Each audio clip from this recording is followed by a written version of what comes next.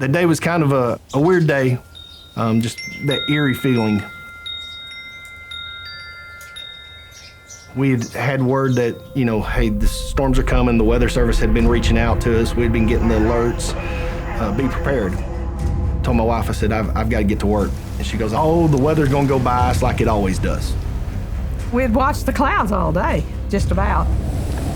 So I called my son-in-law, and I said, what about the weather this afternoon? He says, it's not good. And when he says it's not good, I knew I better pay attention. It was getting kind of raining hard and blowing, and my neighbor, she noticed their kid's trampoline went by, and she said, well, we better get inside. It wasn't but just a few minutes, and he said, get your mama in the shelter, quick, Misty. And then he called right back, and he said, now. We just flew up there and got off and got in that storm shelter. As it was coming, it was bringing the darkness with it, and it was ferocious. I'm traveling out to that area to see if I can get eyes on what was coming in. So I got out there pretty quick, and I called one of my local emergency management coordinators, and I look back south of me, and I can see it dropping down.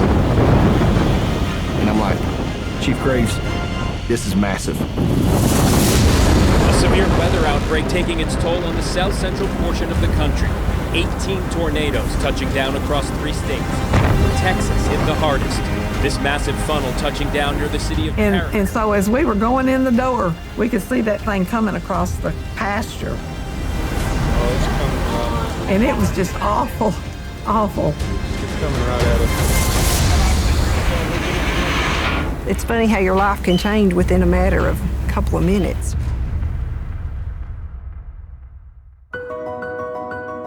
On November 4th of 2022, an EF4 tornado touched down in Lamar County. It's close! It's close! It remained on the ground for over 25 miles, carving a path of destruction 1 mile wide and leveling almost 100 homes. But despite all of that destruction, not a single fatality was recorded. Can you believe the wind didn't blow these way? These were in my house, on my back porch. Of course, it took my back porch away. I'm Sandra DeFreitas, and this used to be my home, sitting right out there. But in February of last year, I put in a tornado shelter, and it saved a whole lot of lives, mine included. I read about it in the Paris News, and then I called our emergency coordinator here in Lamar County, Quincy Blunt, and told him, I said, put my name on that list. And he said, it's already on there. He's concerned about us. And he does lots of things for our community. I tell you, he does. He's just a good friend. I'd been working on getting a safe room grant through TDM and through FEMA for approximately 3 years. The tornado shelters was recognized during our hazard mitigation plan as being something that we can apply for as a grant and hopefully get some more storm shelters into the county in case one of these events happen. This hazard mitigation program is facilitated by the Texas Division of Emergency Management. When a region is disaster-prone, TDM will help apply for a grant through FEMA, which funds half the cost of both private tornado shelters and community safe rooms. We know that tornadoes can occur anywhere in the state of Texas, and as our urban areas continue to expand and the population of Texas continues to grow, we're definitely seeing the impacts of tornadoes increasing. So we work with jurisdictions to fund residential safe rooms and community safe rooms for their communities. To qualify for the grant, these shelters must meet FEMA's building standards for residential safe rooms. And since the program began in 1998, there hasn't been a single recorded failure of a FEMA-funded storm shelter. I'm not afraid of much of anything, okay? Because I'm not a spring chicken. I've lived a long time and I hadn't had a tornado shelter. But I just thought about my family, and it was the best thing I ever did, because when that tornado came over, it was frightening, and it made you think, oh, thank you, Lord. We're safe in here, because if we were out there, I don't think we wouldn't have made it. Sandra DeFreitas was just one of several residents that had tornado shelters funded by TDEM that year. And it was just in time. Because that tornado went on record as one of the largest and most destructive tornadoes to ever touch down in Lamar County. Tornado is our main concern as far as a large-scale disaster.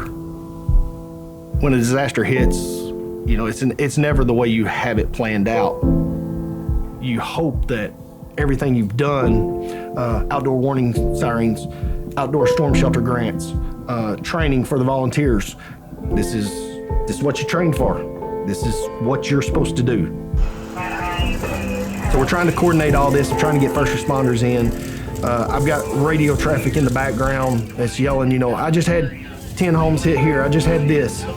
And I'm sitting there waiting on all these injuries to come in. And they're just not coming in like I was feeling like they were coming in. When I'm looking at the damage as I'm driving down the road, and I'm like, how do you have a tornado on the ground for 26.9 miles going through populated areas, and I don't have fatalities, and I don't have mass injuries?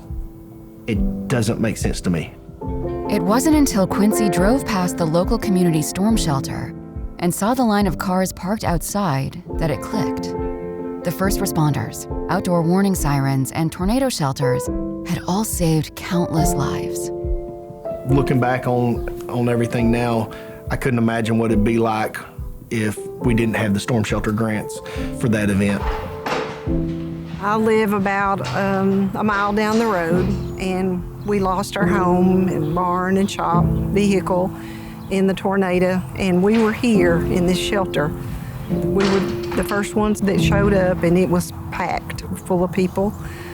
And I do feel like it saved a lot of lives. We're fortunate that we had this place. I got people asking me, begging me, making sure, hey, are you gonna apply for this grant again? And I said, 100%. I said, this grant saved lives. You know, there's a FEMA statistic that for every $1 of hazard mitigation that you invest, the return is $6. But I think a lot of people have a hard time understanding the investment that they're making until they experience some sort of loss. Because if you lose your house, that's one thing, but you know, your life doesn't have a cost. I know money today is short, but I mean, you see how it wiped out the community.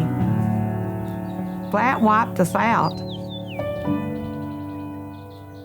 But the Lord saved us all too. You know, I figure He gave me enough sense to get a storm shelter.